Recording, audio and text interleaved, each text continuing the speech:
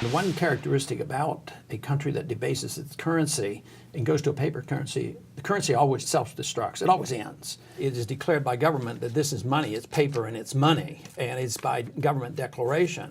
Where if you use a gold coin, the value comes from the marketplace, and government can't reproduce this, so it's always exchangeable, and the people will accept it. If this is sunk on a boat in a ship, now, or it was 500 years ago, you dig it up, it has tremendous value. There will be numismatic value plus the real value of gold. This sinks, you put it to the bottom, and who cares?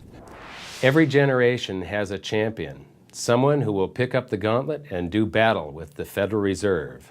In 1913, it was Senator Charles Lindbergh Sr. From 1915 to 1933, it was Congressman Louis T. McFadden. From 1929 to 1976, it was Congressman Wright Patman. From 1976 until today, it's been the Honorable Congressman Ron Paul, presidential candidate for 2008, and today's guest on our show.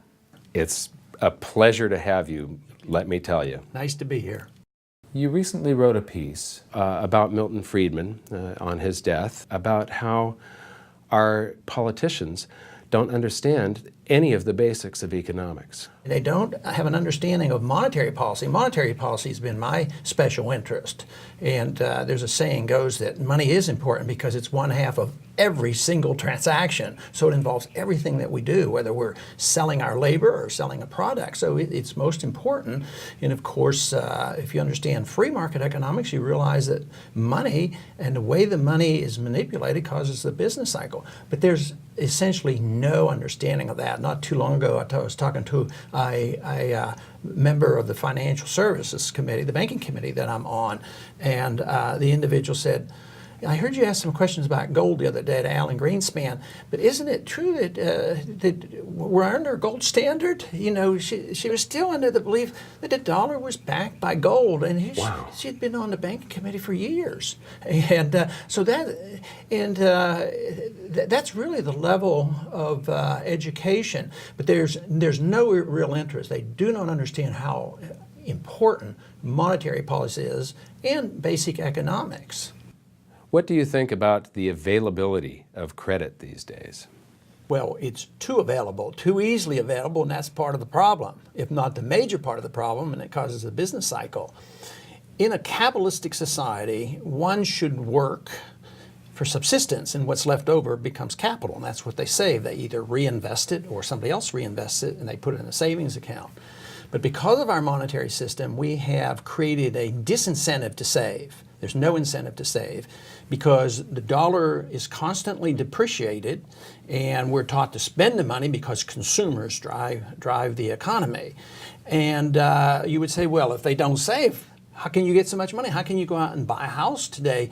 And even though mortgage rates have crept up some, still 5% is astoundingly low. Well, it's all artificial. It's not real credit in the sense of it's coming from savings. It's coming from our monetary system, the Federal Reserve System. The Federal Reserve has been given the power and the authority by our Congress, in contrary to the Constitution, to create money out of thin air. That's essentially what they do. They've created a system where we as politicians are rewarded by spending money because that's how we get reelected. We spend the money and we pass out the goods, and people say, oh yeah, he's an effective congressman. And then they give you lower taxes. There's no taxes. We will just print the money. And the Federal Reserve doing this creates it in addition to the fractional reserve banking system. It is magnified. If the Fed creates $1 billion out of thin air and puts it in as a reserve, eventually that turns into $8 billion. And sometimes weeks, the Fed can create $5–10 billion in a week, and whatever they want, whatever is necessary to fix interest rates. They're price fixers are what they are.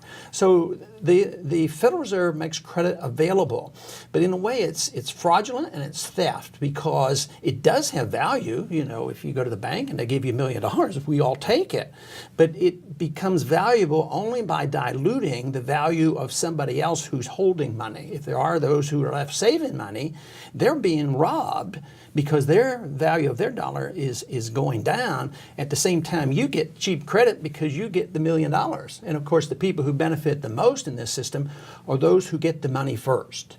And those are usually the wealthy people. So the characteristic of a country that depreciates its currency is one that's destined to destroy their middle class. So if you're in the rich class and you're in the banking elite, or you're in the military industrial complex, or you want to run a deficit because you're going to fund special interest groups, then you like this system. But it's ironic that some who believe that you have to give welfare to everybody to take care of it, rich welfare and poor welfare, are literally really hurting the poor because it's a tax on the poor. They don't pay income tax, but they pay the inflation tax, and it hurts the poor and low middle income especially because they end up with an inflation rate. Price inflations go up much faster than those of the rich, and the rich usually don't care. So it is a tax, and the easy credit is very seductive. Politicians love it. The people who get to use it love it. Few people understand it, and I think we're going to have a collapse before they come around to really thinking seriously, about monetary policy and why we have to revamp it. Recently, we have seen the dollar go down sharply. I think it's going to continue, and hopefully it'll wake the people up and find out you have to have honest money and follow the Constitution because it says only gold and silver can be legal tender. Yes, and it specifically outlaws bills of credit, right? That's absolutely. And what is a Federal Reserve note? It is nothing more than paper money on a bill of credit, and yet if you have a silver dollar, if you have a silver dollar like this, you can't pay your income tax with this. Matter of fact, this says $1 on it. Mm-hmm. And it's legal tender for $1. It doesn't make any sense. But if you have a Federal Reserve note, even a Federal Reserve note, you can't take and pay your income tax on. They want it electronically. This whole notion that you have legal tender. If you have a privately minted silver ounce, and you tried to transact a business transaction with that, you can go to jail. I mean, you're breaking the law, and yet the Constitution said gold and silver are legal tender, and it's the only thing that could be legal tender. So, we have a lot of problems in this country, economic, monetary, foreign policy, and yet we fail, once again, back to education, we fail to look at the guide. Not only is it a guide for us and advice for us, it's the law of the land. It's the rule of law, it's the Constitution. So you say, well, let's say the economy gets much worse and we have a lot of inflation and, all kinds of things. Well, we have to do something. Just look to the Constitution. We'll find an answer. If somebody thinks, well, we're doing too much overseas and spending too much money and our foreign policy is not successful, look to the Constitution. Is there any authority for Congress to give the president authority to start wars when he pleases? That doesn't exist. No. And we do that endlessly. So it's so simple. The Constitution is so neat and thin and easily read, and yet nobody reads it. We ignore it. Yeah, we don't totally use it. Ignore it. Instead, Congress is up there. We'll be finishing up our session soon, and there will be what they call an omnibus bill. And it'll probably be about that thick. It'll be thousands of pages long, and nobody's going to know exactly what's in there. And it's just an outrage. And as long as the people think they're getting stuff, and not worrying so much about their freedoms, they're going to tolerate the system. More lollipops. Yep. And the point is should we try to correct it right now, or should we wait? Well, we should try to correct it right now, but quite frankly, I think that the people are only going to be awakened and the politicians are only going to pay more attention once there is a serious crisis. What do you think the founders of this country would say? I mean, if Thomas Jefferson or Andrew Jackson came back today and took a look at what has happened to their country, to this system that they laid out in the Constitution, what would their view of what our society is, what would it be? Do you think they would describe us as socialists, as communists? Yeah, but they might want to arrest us and put us in prison, especially Congress. Because, what was interesting on the monetary issue, the Monetary Act of 1792, the first one after the Constitution, said that if you if you participated in counterfeiting, that you could get the death penalty. And to them, counterfeiting was printing notes that were worthless. Bills of credit. Because they knew what it was like when the Federal Reserve notes. when the continental dollar went to zero, and they knew what runaway inflation was. And I'm sure Jefferson and others would say, "Look, don't you remember? What happened?" So if they instituted the death penalty for counterfeiting, he would say, in the moral sense, this is what we've done. We have legalized counterfeiting. You and I can't counterfeit. Fortunately, that's still against the law because it's fraud. But why is it that the government's allowed to do what we're not allowed to do? See, there's a basic principle in a free society is that governments can't do what you and we can't steal and rob and hurt people. Unfortunately, that's still generally understood that that's a good rule. But we have failed to recognize that the founders understood that governments can't do that either. So if fraud and deceit and paper money is all bad and warmongering is bad, for the people, then governments should be held accountable. So I think they would be outraged. But I bet you they would understand, because they warned us against this. They warned us, and they did not like pure democracy. They wanted a republic. And they would say, well, you're not, their first words would probably be, well, you become an obsessive democracy where the majority rules. And you're picking socialism, but it's the idea that majority rules and comes in and say, well, we want this and we want that, and as long as the majority opinion thinks they're getting something, and they would probably say, well, you have succumbed to the temptation of getting something for nothing, but you better watch out, because if you get something for nothing, you're going to lose it. Yes. You were talking about the government printing money, and but what most people don't know is that the government actually borrows money from a private bank that they've authorized to create the money for us, the Federal Reserve. Can you expand on that part, how it reflects on the Constitution, Congress allowing a private bank to create our money? Yes, and that's tricky, and it's a tricky language as well, because it is a central bank, and Hamilton liked it from the very beginning and started a national bank, and then of course Jefferson got rid of it, and then soon there was another national bank, and Andrew Jackson got rid of it.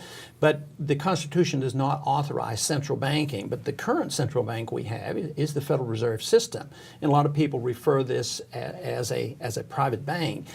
And in some ways, that isn't fully descriptive of what it is. It's private it's private in the sense that private individuals benefit. The banking elite benefit, and they're the insiders, and they rule. And it's very secretive. I can, as a member of Congress, I can find out more information about what the CIA is doing than what the FOMC is doing, the central bank, what they're doing on monetary policy. That's very, very secretive of what they're doing. But the Congress created it. So it's not like General Motors being a private company. In some ways, it's almost worse than just saying private.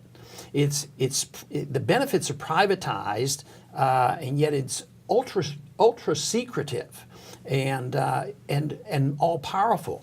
A person that runs the Federal Reserve, especially when you have somebody like Alan Greenspan, he is probably the most powerful man in the world.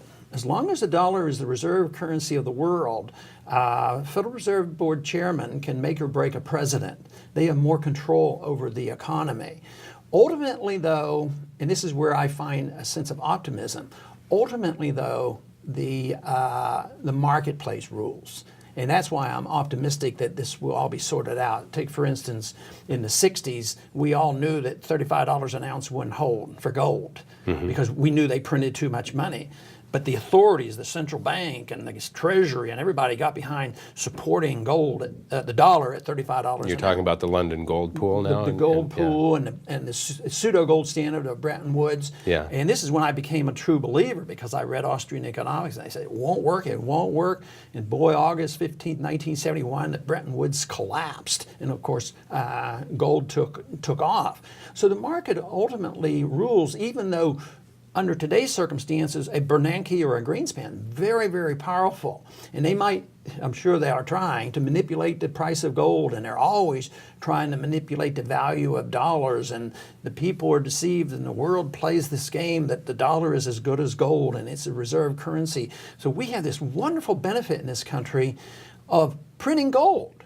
It used to be you had to earn the gold, and then if you spent it, you had real money. But now the world has been deceived. Instead of it totally collapsing in 1971, we inherited a system that allowed America to be the producers of gold, which is paper, and we have great commodity or consumer goods, but we lost all our industry because it was much easier to ship these jobs out and let somebody else do the hard work, because we have the unlimited supply of gold, which is our dollar. Mm-hmm. And so it's been a fantastic thing. But I'm convinced that the system we have today will no longer last than did. We're abusing it too much. And people will come around to rejecting the dollar, because we depend on countries like Japan and China to finance our current account deficits. So we get the money comes flowing back, and they loan it to us at cheap rates, and we finance our war and our welfare. I mean, if this system could continue to work indefinitely, it would mean that Americans would not have to work ever again. We would just loaf the rest of our lives and just print the money and buy whatever we needed.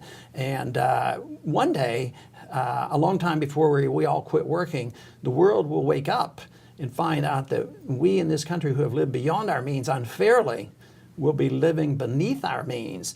And even though the very wealthy who have benefited tremendously from this system, many of them will know the tricks of the trade, and they know what to come, and they'll protect themselves. But there'll be many of those who don't quite understand this and think that this wealth is perpetual, and they'll be brought down as well. I'm in the business of protecting liberty as a congressman. So that's my goal. And I think of what's happened in third world countries, or in particular in Germany. Ultimately, when you have chaos, economic chaos brought about by monetary manipulation, runaway inflation, the threat is not to the loss of their personal wealth, which is a possibility. The real tragedy is the coming of a dictator. You know, whom are we going to blame? The Nazis blamed the Jews, and it has to be always a scapegoat. And then they go in and accept the dictator, and it takes a long time to iron that out. And too often that leads to war. And just back to the basics, the education, the understanding, the founders' message, the message we have in our Constitution, it could all be preventable, but we yield to the temptation of a free lunch. Is the problem. Can you tell us a little bit about the entitlements? Well, there are too many, because we should be entitled to our lives and entitled to our responsibility to take care of ourselves. That's what's in a free society. But entitlement's a very, very deceptive term. Most people think an entitlement is like a right. An entitlement, you're entitled to medical care, entitled to a job, or entitled to education.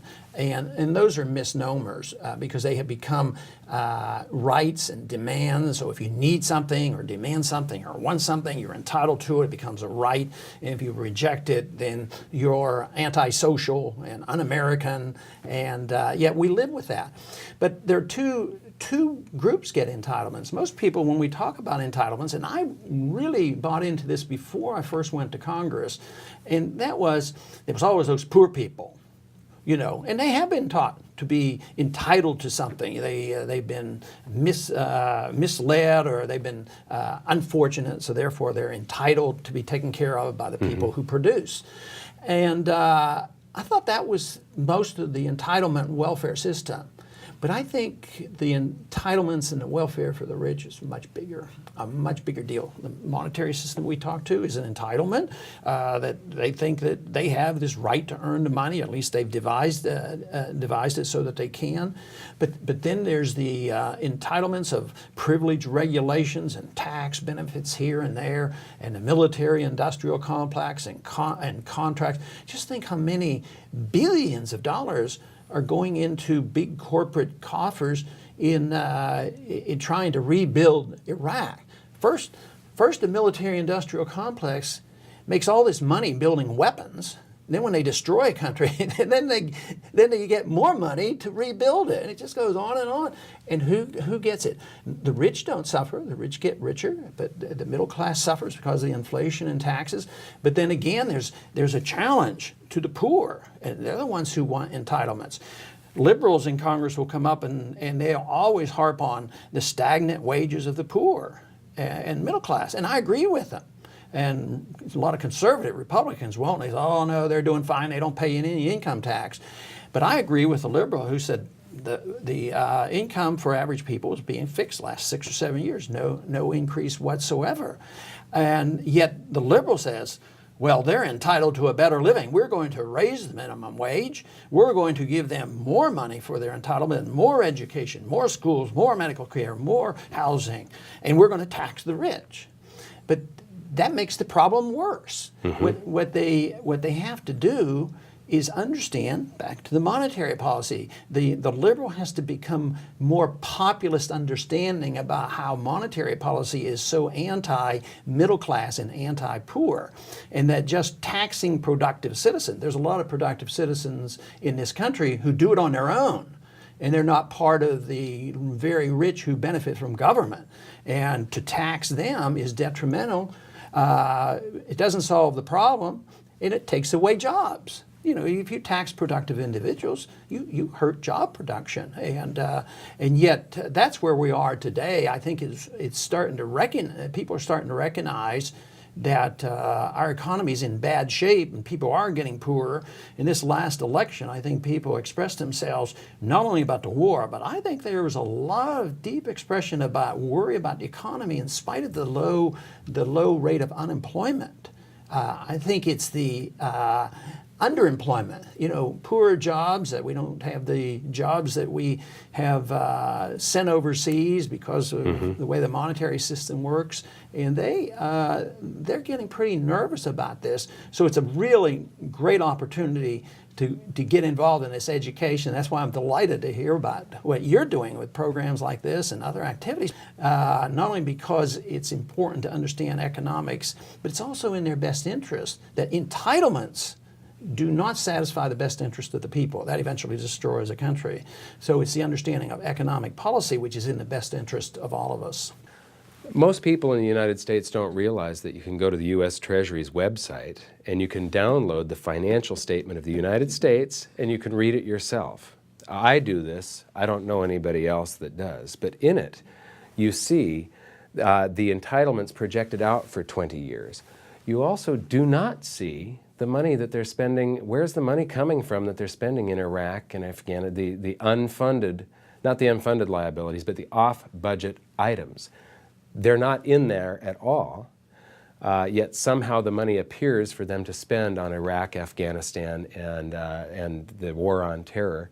But the entitlements and the coming generation of retirees, what's going to happen when the baby boom generation retires and you see expenses and income on graph after graph in the financial statement of the United States? They're basically telling us what is going to happen in the future, and it's not a pretty picture. No, and we don't know exactly what year that's going to happen.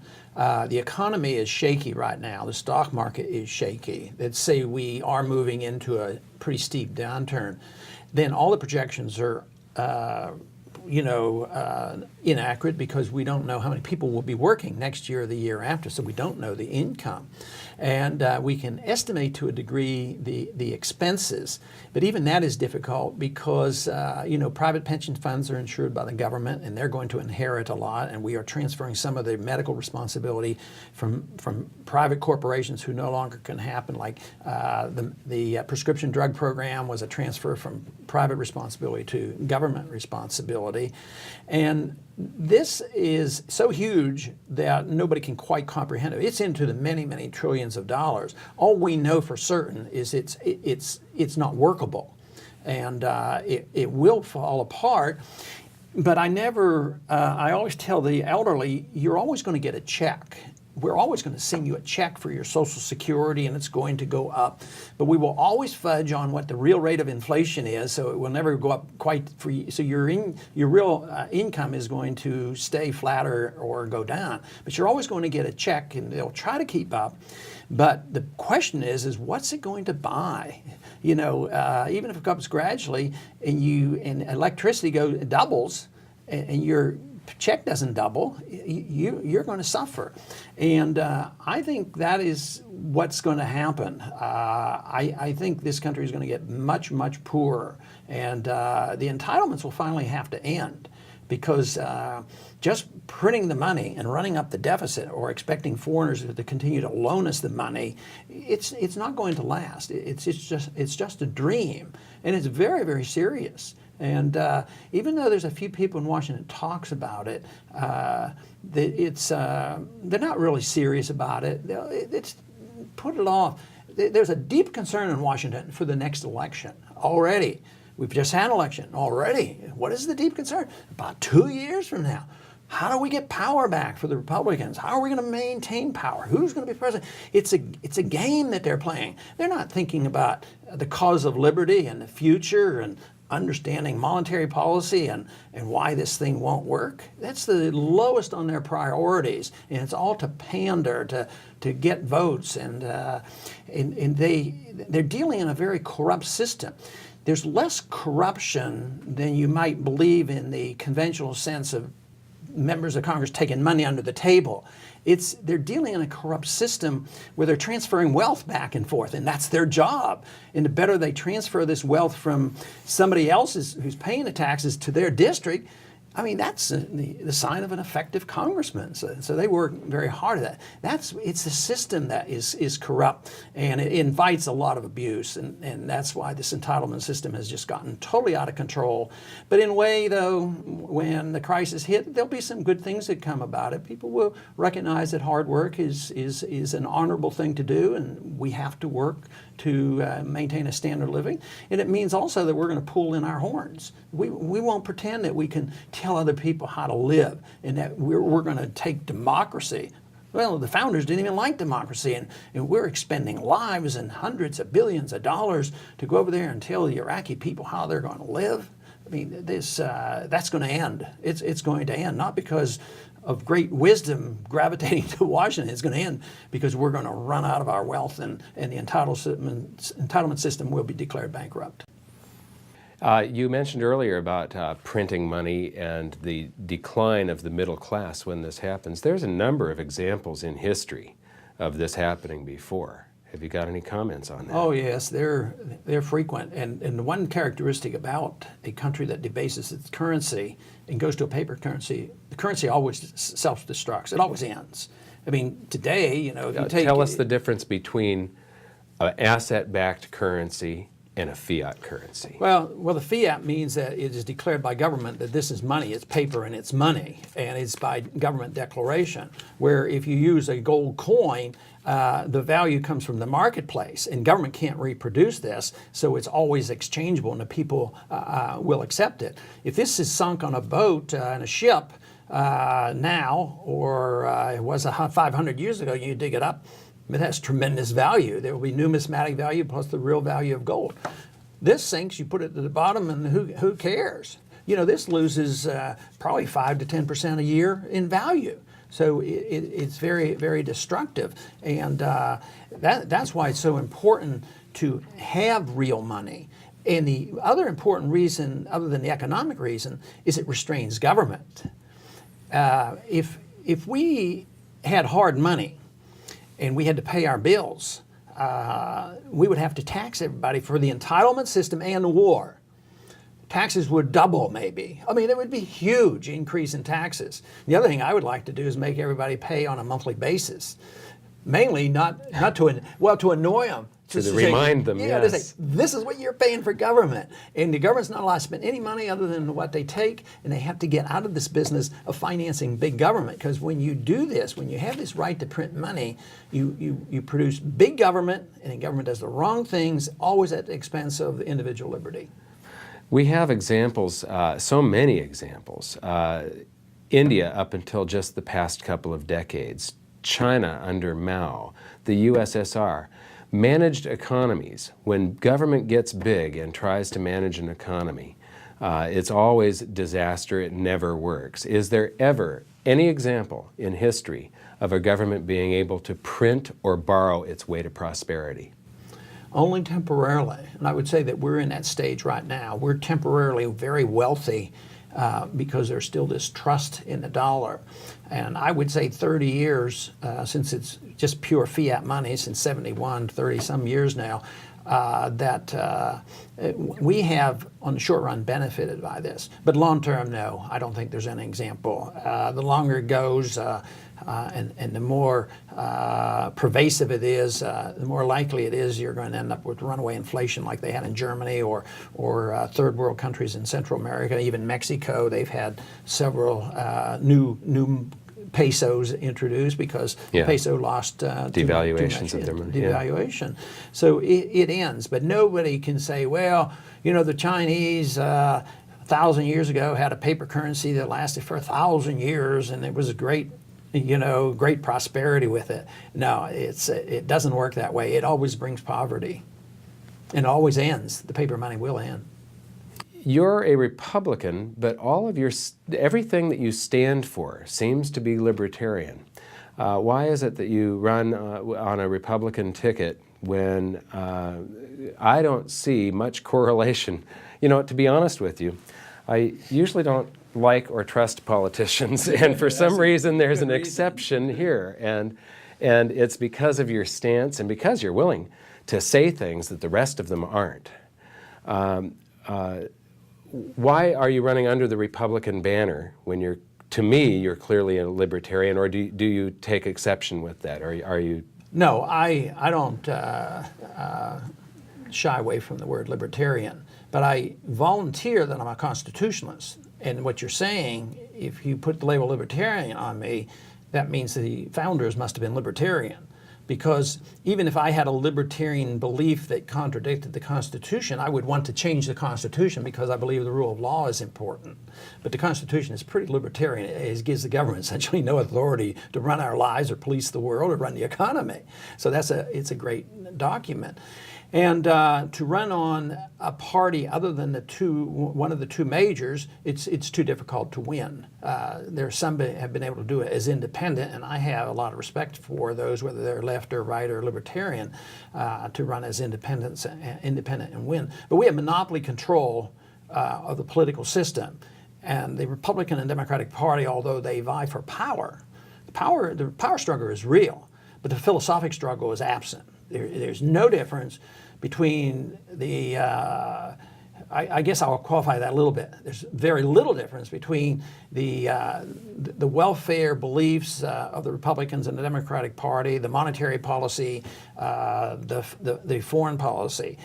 In the current day, I would say the biggest difference is that Democrats are more easily swayed to raise taxes than the Republicans are. But since they both spend, and spending is a tax, because if you don't tax the people directly, you tax them indirectly through inflation. So it's all a gimmick. They believe in big government. So I run as a Republican because it allows you a chance to win.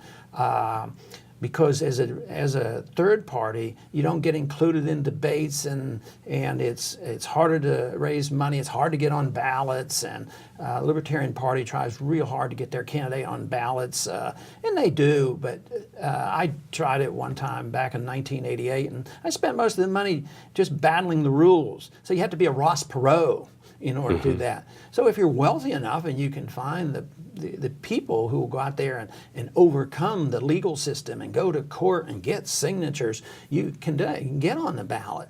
But for an average so philosophic the system movement, is stacked against it's stacked against it.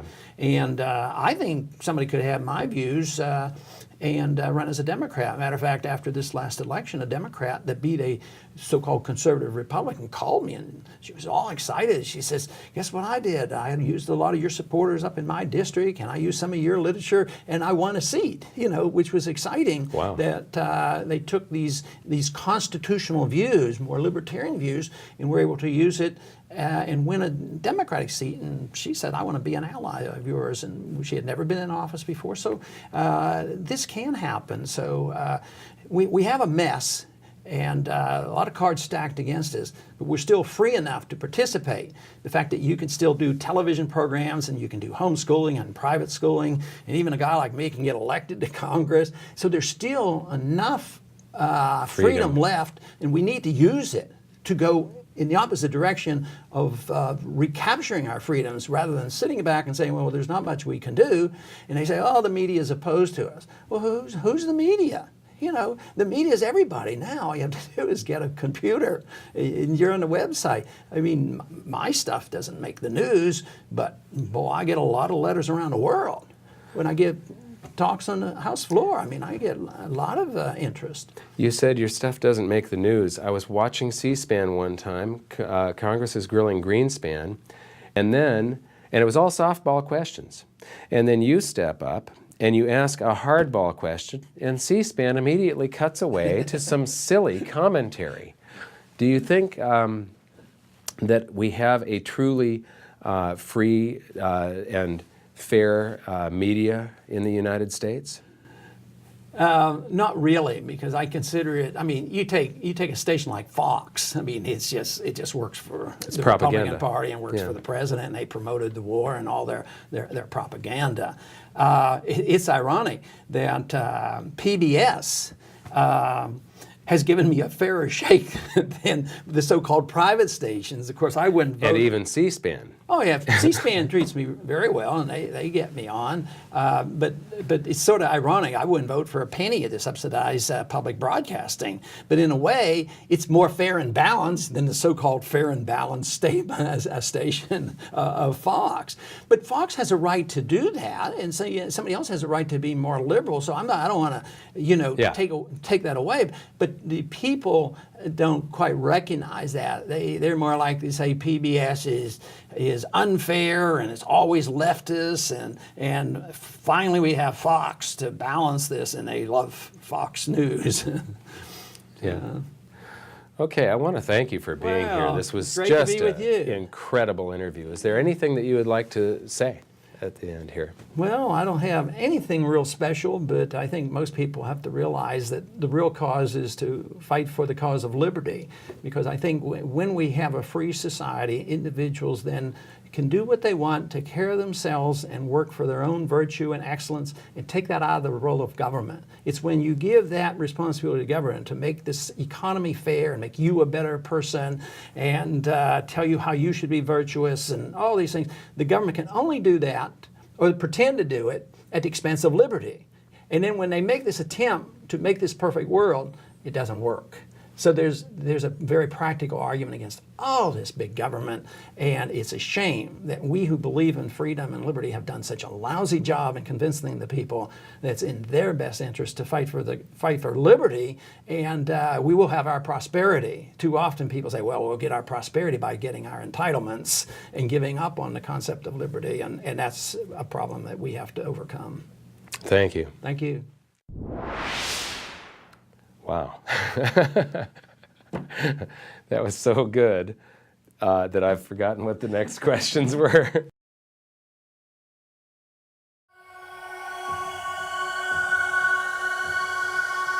If you know how the world financial system works, you know the game that you're playing. And if you don't know the game and the rules that we're playing by, you're going to get slaughtered. You are going to get slaughtered. Ever since the Federal Reserve was born, we have been living under a lie. In order for us to maintain the levels we've got and to maintain the prosperity, Obama has to be twice as far in debt when he leaves office than when he came in, or the whole thing is starting to collapse. The Federal Reserve, they're buying bonds directly from the Treasury. This is quantitative easing, they're calling it. And that means there's an emergency going on. I could see that there wasn't anything in history as far as finances go that was as much of a sure thing as gold and silver accounting for the expansion of the fiat currency supply. There's absolutely no chance in hell that this won't happen. Right now it takes about $15,000 to $20,000 an ounce gold. I believe that there's going to be deflation first, and then all of the world's central banks will start printing like crazy to get us out of that deflation, and Ben Bernanke will be leading the charge. And you can't have a debt that is 10 times the size of your economy. It's not possible. Everything comes to a screeching halt first. I got to show you that the world's stock markets and real estate bubbles have to continue crashing, because all it is the market trying to seek fair value. It's trying to seek equilibrium. This is what the markets do. It is their job. Basically, our entire currency system is imaginary. It doesn't really exist. It's just that we're all dreaming the same dream. If anybody chooses to wake up, it's over with.